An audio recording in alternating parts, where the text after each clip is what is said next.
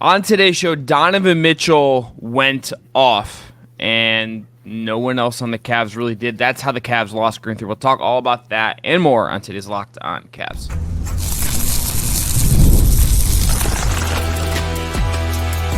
You are Locked On Cavs, your daily Cleveland Cavaliers podcast. Part of the Locked On Podcast Network, your team every day. Today's episode is brought to you by Prize Picks, the easiest and most exciting way to play daily fantasy sports. Go to prizepicks.com/LockedOnNBA and use code all lowercase LockedOnNBA for a first deposit match up to $100. I'm Chris Manning. That is Evan Damerol. This is Locked On Cavs for Sunday, May 12th. This will be your episode to carry you through up into Monday's Game 4. Evan, Game 3, Cleveland loses back to a 2-1 Boston lead, and this felt familiar in some ways in the sense that Donovan Mitchell had 33, was awesome, was on fire, particularly in the first half, hitting threes everywhere, doing everything he could, and he didn't really get the support on the scoring aspect more than anything else, but from Darius Garland, from LeVert, from all the guys you would need to hit shots to help the Cavs maybe make this game closer, at the very least, maybe sneak out a win. Wasn't there. This was the Mitchell show, and he didn't get much help. Yeah, he didn't get much help, and he was critical of himself a little bit, but he did say that the Cavs were pressing a lot in this game. You could kind of tell that they were, especially in the first half, and he also said like their defense was a little more compromised in the fact that they gave Boston looks that they weren't giving up in Game 1 and Game 2, and kind of settling for just, as Mitchell called it, home run plays where they were trying to go for everything at once in terms of keeping the momentum, keeping their foot on the throats of Boston, or at least, just staying within striking distance whenever the Celtics stretched out the lead. But, yeah, Mitchell, counting stat-wise was awesome. He did, like I said, was critical of himself. Like, he had those 2 air balls, for one in the first half, and I think he had one in the second half. And he's like, I was just trying to heat check it, and I kind of was pressing a little bit. But, yeah, this was disappointing, at least, just because Darius Garland had a huge Game 2. I think Karis LeVert really shone a lot in Game 2 as well, especially in that first half. I think Evan Mobley tried to give as much as he could, but we can talk about that more moving on in the show. But like the Celtics threw a couple different looks at Evan Mobley to kind of deter his impact and just kind of make him a little less dominant comparatively to where he was in Game 2. But it's, it is a best of 7 series for a reason. I think now if you're Cleveland, you study the film today, you make those adjustments internally. And I think there were some good things with how JV Bickerstaff utilized his rotations and things, but you hit the nail on the head. Like Donovan Mitchell got more shots to fall than the rest of his teammates, but like was more of an offensive impact than anyone else on the floor. And it really just had a trickle down effect on everything else the Cavs had going. And it's just, when they have Drew Holiday kind of falling out of his funk. You have Jason Tatum hitting a lot of shots, including like a big time shot over Max Strus that was more or less the dagger for me in that game. And yeah, like Jaylen Brown played well, and Derek White was able to get it going too. Like it's hard to get past that, but Mitchell said it best. Like the Cavs dug themselves into a hole, and it's really hard to fight an uphill battle against a team as talented as Boston. He is flat out just awesome, and that should be acknowledged. 12 of 22, 7 of 12 from 3. The Cavs in this game, I think, had an issue scoring inside the paint. Boston had the advantage there, but Cleveland just didn't really fully get it going inside the arc. Mobley 7 of 11, but everyone else had a really hard time getting off looks and converting looks, aside from a couple tough shots here or there, which is kind of the nature of the game against Boston. It's kind of what you have to do in the playoffs. The thing with Mitchell, I think in particular, in the first half, he was 6 of 8 from 3 in the first half, 8 of 12 from the field, had 23 of his 33 in the first half. All he needed was someone to pick up the baton just a little bit in the second half, just a little bit. And this is a closer game. This was there to be a 6-point loss or come down to the wire and you have a chance to steal one. Like that was on the table, I think, Evan. If there's just like a little bit. It just can't be against a team like Boston that is as good as it is, was a lot better defensively in this game and denying the Cavs clean looks to driving. It got better in the second half, but they're going to wall up. They have size, all that stuff. They're going to make it hard on you.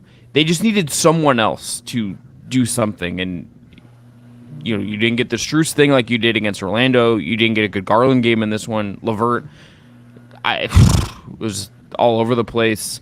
Dean Wade's back, doesn't really catch. They needed just one other person, and I imagine if you're Mitchell, that's as much as you can talk about how you're frustrated in that, and you can ask more of yourself and hold yourself accountable and whatnot. That has to be somewhat frustrating. It's that was there if you just got a little bit. You just got a little bit of help, and this is at least a closer game, if not one you could steal. It's actually funny you mentioned critical or just flaws in this one. Mitchell did say a lot of what the Cavs did was self-inflicted, and he did say they let Boston get a little too comfortable in a hostile environment. The crowd was locked in from the beginning. They were loud, they were raucous. I think they were really trying to keep Boston from kind of feeling themselves, and yeah, they gave us some looks on defense. But you had mentioned it, in the paint battle, and I think the rebounding edge too. This is where you really miss Jared Allen, even if this is at Jared Allen at 100%, but having that additional big to provide just even more rim pressure, just pressure in the paint in general. I think maybe giving and freeing Evan Mobley up a little bit to do more defensively, creativity wise, and I think you're really exploiting Al Horford being out there on the floor for Boston, but just because he's just kind of not it. But this is just in one of those games when you have nothing else going. If you need somebody else to provide you some rim pressure just to kind of keep the defense honest, kind of force the defense to pack the paint and allow your shooters, a la Strus, I guess you could lump in Darius Garland and Karis LeVert into this category as well. Maybe even Sam Merrill, just because Sam Merrill didn't give you anything when he was on the floor other than just a lot of cardio, maybe some gravity. That empowers those guys to kind of stretch the defense back out, and the Cavs don't really have that rubber band effect without Allen out there, and it's kind of forced them to get creative with it. And in this one, it didn't click, other than maybe Evan Mobley, like you said, being 7-11 from the floor. Did anyone else to you, Evan, play a game that you're okay, you could build on this, that they did anything to you that you say, you can build on this for game 4 if you're trying to look ahead? And I think Mobley would be my answer to this, at least just because 17-8, I thought he's being aggressive most of the time and going at the rim. A couple things here or there, even on defense, that I think he just could be better at. I mean, he got a non-foul call on offense, and then it was complaining to the ref, and then Jason Tatum smoked him on the other end. It's that you can't do that in the playoffs. You can't do that against a team like Boston. But is there anyone else that you're okay, I can build on game 3, or you have hope that maybe in game 4 they could be Mitchell's partner in getting some points up? I think Mobley is the obvious answer, just because he was, the most engaged, as you had said. It's funny you had mentioned I think the Celtics triple teamed him on that play, and it's one of the few times I've seen Evan Mobley actually complain to the refs about how a defense was playing him. He's usually very just mellow about that stuff, so that just stood out. But that's why I made a face if you were watching on YouTube. But other than that, I would be curious to see the Cavs did go super small with Dean Wade at the 5, and they did see some success with just all that extra spacing. And as you had mentioned, the paint battle, if you're able to if you have a 5-out lineup like that, and you have Donovan Mitchell kind of rolling like this, and he's able to get to the basket, draw contact, get to the free throw line, force guys to get into foul trouble, that could be helpful. But I think just glass half full, you saw some good from Darius Garland down the stretch. You wish it showed up earlier. And I wonder if the Cavs kind of make more of a concerted effort to, again, find that balance between him and Mitchell. Just to kind of get Garland rolling a little bit more, so he's not as passive in terms of just passing, but he's also just being aggressive in terms of scoring too. All right, after this, let's get into Darius Garland, who had a tough offensive game, but also got back to being in a center of Boston's offensive attack. We'll explain that and what it means for Garland in this series. I'll also talk a little bit about Karis LeVert and what he did in this game after this. Today's episode is brought to you by our friends at PrizePicks. PrizePicks is the easiest and most exciting way to play daily fantasy sports. It is America's #1 fantasy sports app with more than 3 million members. It is the easiest and most exciting way to get in on the action with your favorite sports and players. You pick more or less on 2 or more player stats and watch the winnings roll in. quick withdrawals, easy gameplay, and an enormous selection of players and stat types are what make PrizePicks America's #1 fantasy sports app. PrizePicks also offers weekly promotions and special offers for the biggest moment in sports. And PrizePicks now offers Apple Pay for quick and easy deposits into your account this basketball season. So download the app today. Use code LOCKEDONNBA for a first deposit match up to $100. Again, you download the app, use our code LOCKEDONNBA, and you get a first deposit match up to $100. PrizePicks. Pick more, pick less. It's that easy. Darius Garland in this game, to me, Evan, had, to no fault of his own, it's just kind of part of, I think, the experience for him in the series. Game 1, Boston was uber aggressive, uber intentional about putting him in actions, attacking him with Jason Tatum, attacking him with Jaylen Brown, and hunting him to center their offense. They didn't do that as much in Game 2. They got back to it in a big way in Game 3.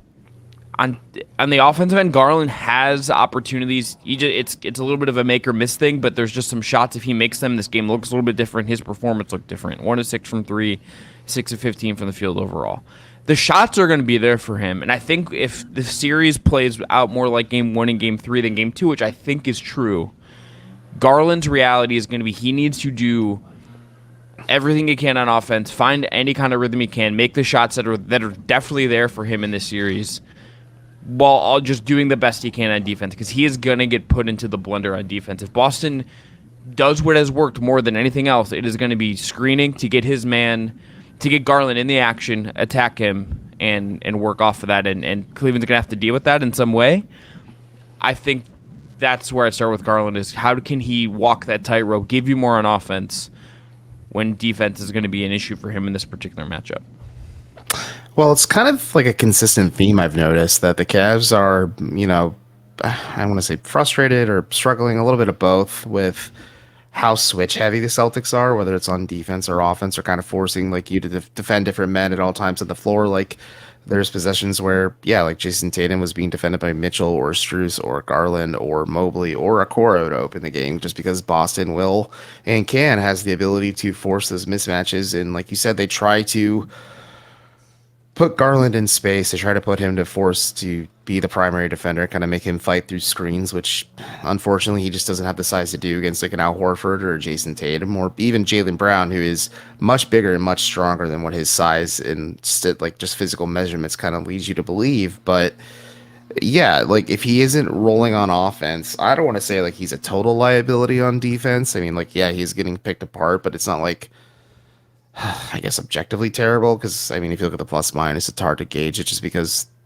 a lot. Single game plus minus is kind of a nonsense stat. It removes context. He's minus 17, which he had like the worst single game plus minus other than Isaac Okoro on the floor. But I think it is going to require JB Bickerstaff and the Cavs to get a little bit more creative too on the defensive scheming too, to kind of mitigate those switchings or kind of like have a counter reaction to those switches that the Celtics force. And again, it's harder to do that without Jared Allen on the floor, I'd say, just because like you're really going to be asking more of Evan Mobley, I think, defensively, if you're funneling the Celtics into attacking the basket.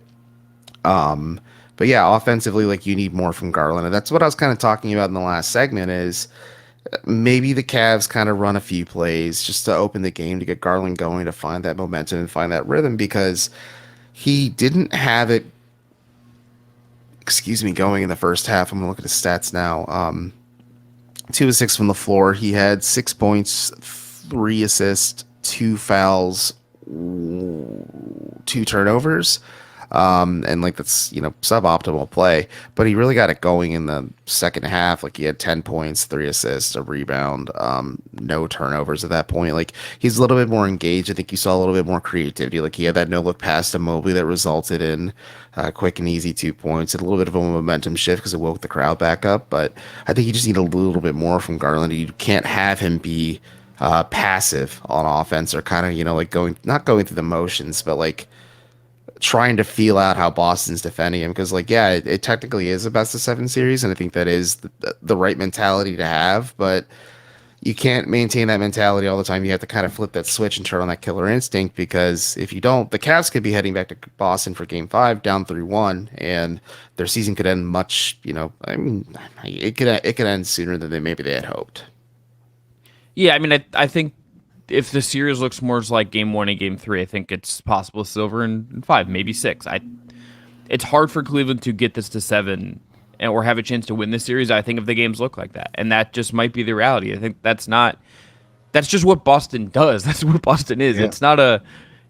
It's not like a total, like, it's kind of not the Cavs' fault. It's just like Boston's that good and has stylistic advantages over them and has the personnel and has a style of play that is going to attack them. Don't. Yeah, and like Garland's going to get put in stuff. And if Garland's not making shots, if Strus is not making threes, if whatever. I mean, let's talk about Caris LeVert. Caris LeVert, you're going to look at his box score and you're going to see 6 of 12, 6 boards and assists, and be like, okay, 15 points, that's fine. Evan, I thought he was objectively pretty terrible for much of this game. Had a couple moments where he just makes a couple shots, but the decision making, the shot quality at time, he was. There's points where I think you might as well just abandon like playing him if he's going to play kind of. I know he played 30 minutes in this game. I understand why you want the ball handled on the floor. There's times where fourth quarter. Yeah, like I saw a post that someone made that was like Caris LeVert plays like when he makes a decision, a ball goes off and it's like it ranges from Anthony Bennett to Prime Mike. But yeah, and it's like this game skewed much more to he is Anthony Bennett. Circa like 2004. I would say Larry Hughes, man. Yeah, Larry it's not Hughes, good. They stopped shooting the ball. Yeah. Like Caris LeVert had a lot of just like dull players, like just boneheaded plays in this game. You're thinking like I don't want to say he was just like many of the other Cleveland players where they were pressing a lot on offense to kind of get their shots going. And I think he is a good indication of what Donovan Mitchell meant by the Cavs kept going for home run plays instead of just trying to chip away at Boston's lead. I mean, they got it within single digits. They could have chipped away at it and kind of just, slowly but surely kept working, focusing on the defense and honing in. Instead, the Cavs are like, okay, we're going to get it all back at once. So even though it's only a 3-point or possibly 4-point play if you're fouled. But momentum, energy, all that stuff, rattling Boston, narratives, whatever. But yeah, LeVert definitely pressed a lot, and I think he was just trying to force the issue a little bit. I'm surprised JB Bickerstaff leaned on him more than Isaac Okoro in the second half, because I think, at least from Okoro, sure, the offense was not there in this game, and I don't think it really has been outside of maybe game 1, if you want to be generous about it. But defensively, at least know what you're getting, and he can physically kind of muck up what Boston was doing on offense, because the Celtics were clinical in the fourth quarter with their shots, and just were putting the Cavs kept trying to climb into it. And the Celtics would just kind of gently push them away and just kept doing that until both sides called off the dogs and let the clock run out. I am really curious to see what the rotation will look like in game 4, because I think you could see it go a couple of different ways. I mean, LeVert played 17 of the possible 24 minutes in the second half. And to your point, Okoro is limited. Like Sam Merrill, was dusted off. We'll talk about him in segment 3. Dean Wade is back. You're kind of, Tristan Thompson could be limited in terms of what he's doing after he was pretty important in game 2. It feels like you're gonna get like from JB. I think the energy might be, okay, what am I feeling in the moment, and like I have to grasp for things. Like that's kind of what this rotation feels like right now, which is a weird place to be. It just is, but it's kind of the reality of this roster, I think. Yeah, I think vibes are always a tough way to go about evaluating an in-game situation, but it's also a high-pressure situation. I think I am surprised Tristan Thompson didn't play more. I know having Dean Wade back in the 5-out lineup is intriguing, but like the Cavs have had an edge on the interior against Boston in this series. Like they've had no answer for Evan Mobley, but like if you're able to afford Mobley an opportunity to breathe, and you can maybe have other guys rolling with Thompson being the big man, because Thompson has played with a lot of energy whenever he has played, but yeah, I am curious to see how this rotation pans out, just because it was more or less Caris LeVert, Dean Wade, and Sam Merrill as like your final 3 for the 8-man rotation, with like Marcus Morris Sr. and Tristan Thompson kind of getting a cup of coffee appearances, with Thompson maybe just getting having more meaningful minutes in the second half. All right, after this, let's get into Dean Wade. Let's get into Sam Merrill, and those two guys as centers of adjustments the Cavs could make in Game 4 on Monday. That's coming up after this. Today's episode is brought to you by our friends at FanDuel, America's #1 sportsbook. It's winner take all time in the NBA and NHL, and FanDuel is giving you a shot to bring home a big win of your own. Right now, new customers get $150 in bonus bets with any winning $5 bet. That's $150 to bet on spreads, money lines, player props, and more. So visit FanDuel.com/lockedon and make every playoff shot count. FanDuel, America's #1 sportsbook.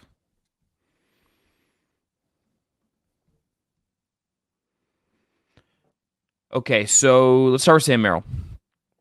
I liked this call, Evan. I didn't hate it. Not getting him shots, I think, is tough. If you're gonna use him and you want to use him as like a, hey, we want to like create spacing, we want to create some fear in the defense about a real knockdown shooter on the floor.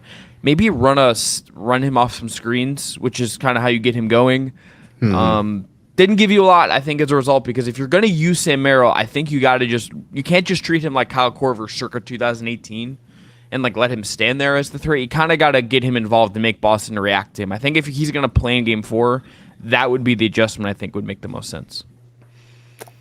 Yeah, and I mean, logic says yes, getting Sam Merrill involved in terms of movement and, keeping Boston's defense honest. And I think the Celtics were honest about defending him. They were aware of like what Sam Merrill can do to them, but I don't know if like Sam Merrill's like the biggest lever you can pull if you're JP Bickerstaff. And I was thinking about this heading into the segment, and we'll talk about him in a second. We'll touch on it in a second. We'll focus on Merrill, but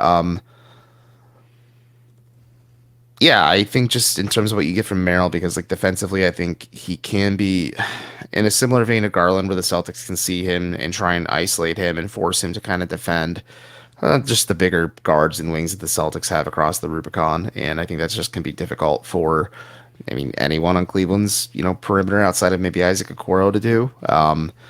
And I understand that sentiment, but Merrill is just not very useful if you're stashing him in the corner, letting him be like a trailer or a guy who's like the fourth or fifth option because the defense is too busy. I mean, for the Korver analogy, the defenses had to deal with like LeBron, Kyrie, Kevin Love. You could edit that. You could edit that LeBron and be like, "Yep, that explains it." That's kind of it. There's just so many like second, third, fourth options ahead of Kyle Korver in most of those lineups that.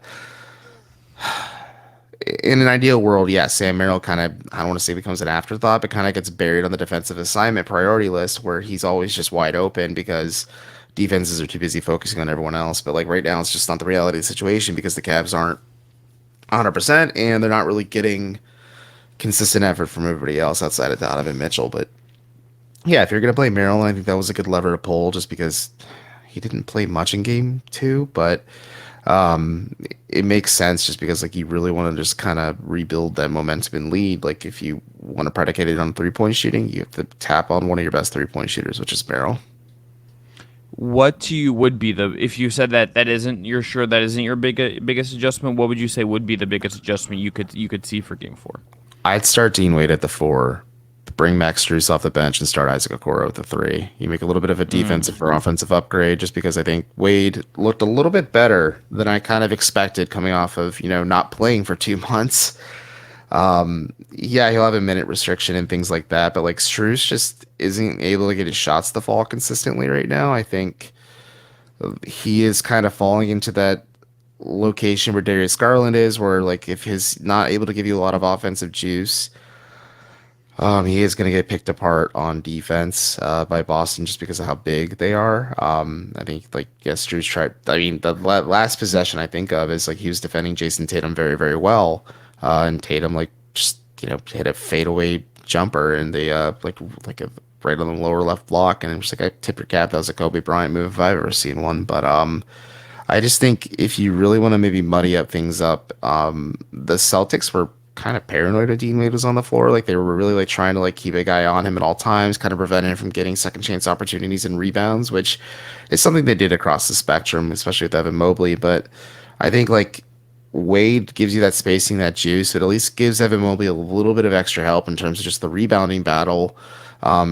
And it kind of forces Boston to not throw so many bodies maybe at Evan Mobley's way, because like you have Dean Wade who can also crash the glass, or with those guys kind of being focused on, that empowers guys like Mitchell or Okoro or even Garland to just get like second chance opportunities or things like that, or just careens off of misses.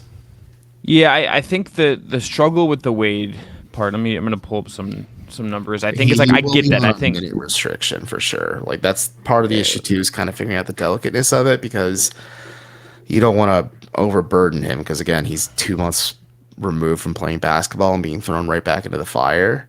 So you want to kind of figure out the delicateness of that situation. Sure. I think even beyond that, I think one of the things with Wade that is just true is like he's not the heaviest rebounder, and you're having a rebounding issue now where it's Mobley on his own. I know we touched on this before we started recording. He said post game, it's like I'm the only big out there now. It's it's hard sometimes when they're bigger than us, and it's just me. I'm paraphrasing, but it's like they got out rebounded by 9, 7 on the defensive glass, 2 on the offensive end. Like you're gonna have some rebounding issues there, and not that like the argument you can make for it is like they're just not they're not super rebounding well anyway. So it's like, what's the harm of putting on a shooter, spacing it even more, and figuring that out? Wade is just not historically a very stout rebounder. I agree, but he is like, a bigger body that's than Okoro at the 4, I guess. Like at least it's a bigger body in that sense, where you can at least box out a little bit more and crash the glass a bit more. But yeah, real quick on the Mobley thing, it was when he tweaked his ankle and he was getting band work done on the sideline, and he said like he just kind of played through it because he's the only big Cleveland has right now. So that's just the sentiment of it. But like, yeah, you kind of have to find some support to kind of help him in the rebounding battle a little bit, because I think physically it's, kind of getting to him a little bit. Like it's a lot more demanding than what he's used to in terms of just playing the 4 and having, as you put it, that safety blanket and Jared Allen next to him. Yeah, and for context on the Wade no Allen lineups this year, very scattered. The most common usually used one was Strus, LeVert, Okoro, Wade, and Mobley. Played 49 possessions together. That is not a lineup you will see. Like that is a bizarre lineup that is injury driven. Those lineups were good in terms of limiting offensive rebounding. Not so great. They're kind of like average-ish rebounding lineups overall. I don't super suspect they would be great rebounding in this series. It's just more of a gut than what the numbers this year tell you. But historically, that's just kind of what Wade is. And is the lineup like Mitchell, like what the lineup looks like? How far you can extend it, I think, is an open question. Evan, give me a percentage chance you think the Cavs win Game 4. Give me just like a rough percentage of the chance you think they can pull off a win in Game 4 and go back to Boston 2-2. I give them an 85% chance. I think the pieces are there. To win? Yeah, it's 85% chance to win, 85 to 90%. Just because the Celtics are very good, they're very talented. You think they're gonna win? You think the Cavs are gonna win Game 4? Not like up to you. I just 85% chance. So like over 8.5, 8 out of 10 times this game would be played. Do you think the Cavs are winning Game 4? Yeah, because let me give my reasoning. I think there's a lot of good pieces that the Cavs did, but there were a lot of just small mental mistakes, whether they're the careless turnovers, which is something we didn't touch on, but there's a lot of those in the first half. Or just Okoro had 2 of them, which might be why he didn't play in the second half. Fair enough. And also maybe shot hunting a little bit too much, trying to match the Celtics going shot for shot with 3-pointers, because the Celtics were more 3-point dependent. And Mitchell kind of said it best. Like the Cavs were giving the Celtics a lot of looks that they weren't getting in games 1 and 2. But I think the pieces are there. And I don't know, like the Cavs looked lifeless in Game 1 and they responded very well in Game 2.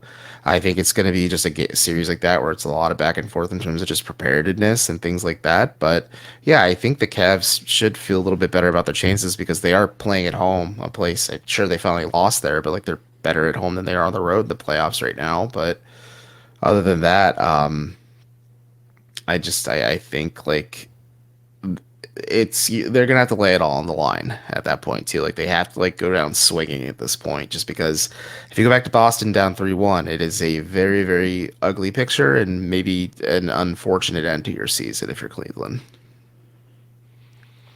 I think somewhere between 85 and 90% the Cavs win Game 4 is wildly optimistic. I am not even close to that. I think it is at best like a toss-up kind of game. The Cavs, look, the Cavs are showing you that the process. I agree the process is good. I agree that there's things you could do there. I think you'd have a couple things break your way. This game is closer, but it is by no means a guaranteed win. And I think Boston, like if you look at the structure of the first 3 games, the 2 games where Boston just like was itself, kind of like it was the case in the Miami series, and Cleveland is better than that Miami team without Jimmy Butler in particular. Boston didn't it got close at times. Yes, the Cavs, responded after having the 15-0 or whatever it was run to start the second half with like a 15-4 run of their own. They responded. They still lost by 13. They still scored 20, 21, and 24 points over the last 3 quarters. Boston dialed in their game plan for Game 3. I don't have a reason to think they're not going to do something very similar in Game 4. I think at best that game is a toss-up, betting-wise, from our friends at FanDuel. To give you some context on that end, Cavs are 8-point underdogs. Cavs are plus 265. Celtics are a minus 330 favorite. Over-under is at 208.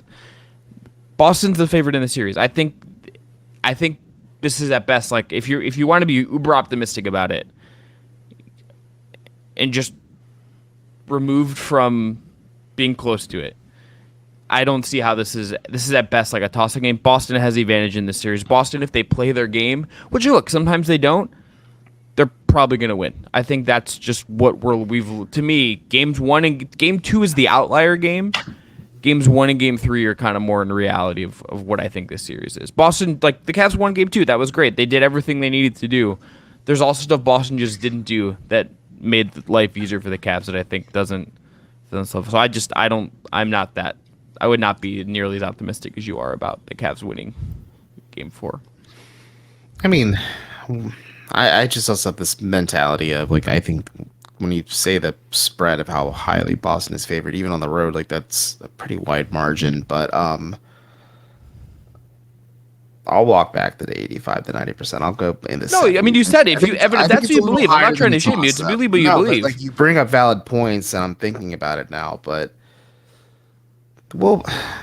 I just think, the Cavs have nothing to. They have everything to lose at this point. They have to leave it all on the line because it's very hard to win in Boston to begin with. They are historically, or just this season, one of the best home teams in the NBA. So you don't really want to have to deal with that.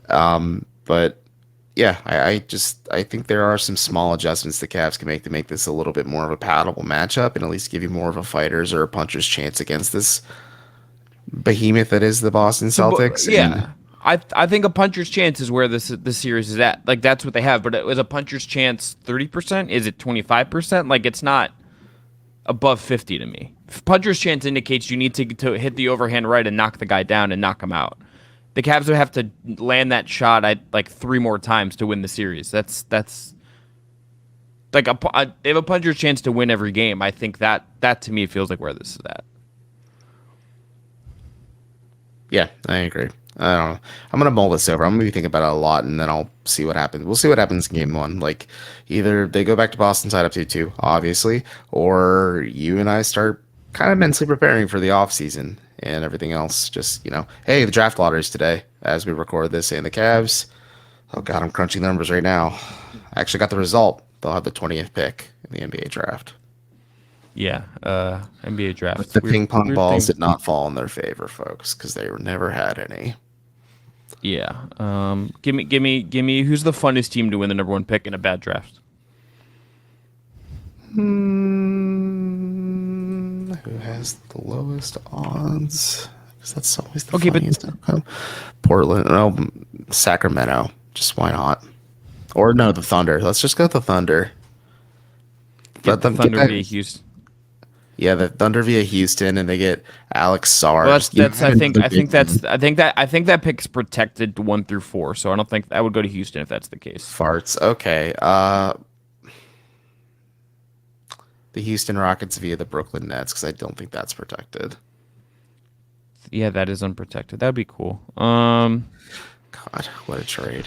I simmed it. This order would be funny to me.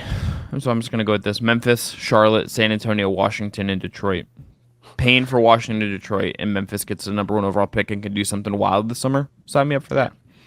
Actually, I just hit sim myself. I got Memphis, Toronto, Atlanta, Portland, Detroit, and then, Washington, Charlotte, and I don't know. I think San Antonio's fine. They got Wemby. They're good. They can still get a guard. They also, if Toronto slides out of the top 6, they have 2 first-round picks, which is very fun to do some stuff with, even in a bad draft. But let's end there. We're running long. I'm Chris Manning. That is Evan Dammerel. Back at you after Game 4. We'll talk to you then.